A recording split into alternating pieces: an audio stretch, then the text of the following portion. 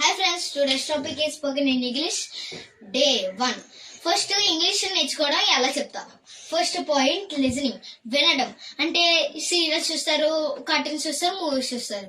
ఈ మూడు ఇంగ్లీష్లో మార్పిడి చేసుకుని మీరు చూసి వింటే ఆ ఇంగ్లీష్ అనేది ఈజీగా అర్థమవుతుంది. Next grammar. గ్రామర్ అంటే చాలా కష్టమేమో అని అనుకుంటారు. గ్రామర్ ఈ వీడియోస్లో నేను బేసిక్స్ నేర్పిస్తా గ్రామర్. నెక్స్ట్ ప్రొనౌన్సింగ్, మనం ప్రొనౌన్స్ చేయడం.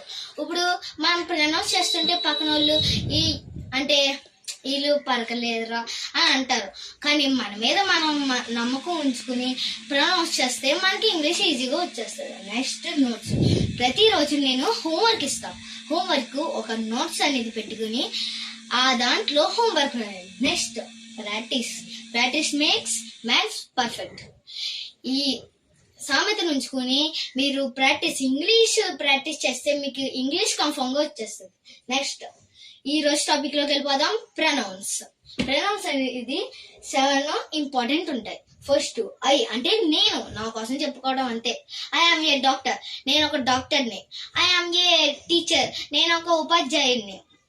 నెక్స్ట్ యు అంటే నువ్వు, నీ కోసం చెప్పుకున్నాను. యు ఆర్ ఏ స్టూడెంట్, నువ్వు ఒక విద్యార్థివి. You are a army officer, నువ్వు ఒక సైనికుడివి. నెక్స్ట్ వి అంటే మేమందరం అని. వి ఆర్ ఆర్మీ ఆఫీసర్, మేమందరం army officers. Next they. They అంటే వారు. వారంటే దే ఆర్ ఈటింగ్ మ్యాంగోస్, వాళ్ళందరూ మ్యాంగోస్ తింటున్నారు. దే ఆర్ ఆర్మీ ఆఫీసర్స్, వాళ్ళందరూ సోల్జర్స్. నెక్స్ట్ హీ అంటే అతడు. హీ అంటే he is a doctor, he is a army officer. అంటే హీఈస్ ఏ డాక్టర్ అంటే అతను ఒక డాక్టర్. హీఈస్ ఏ ఆర్మీ ఆఫీసర్ అంటే అతను ఒక సైనికుడు. నెక్స్ట్ షీ అంటే ఆమె.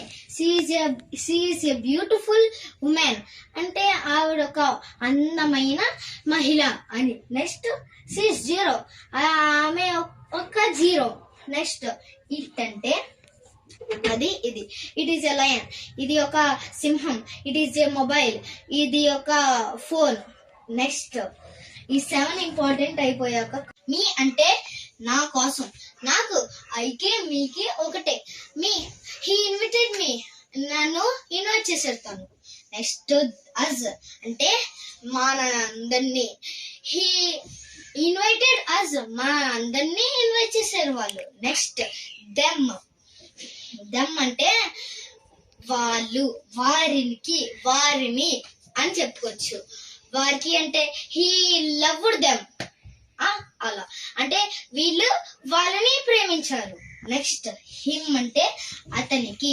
అతనికి అంటే చూసుకోవచ్చు, అతనిని కూడా ఉండొచ్చు.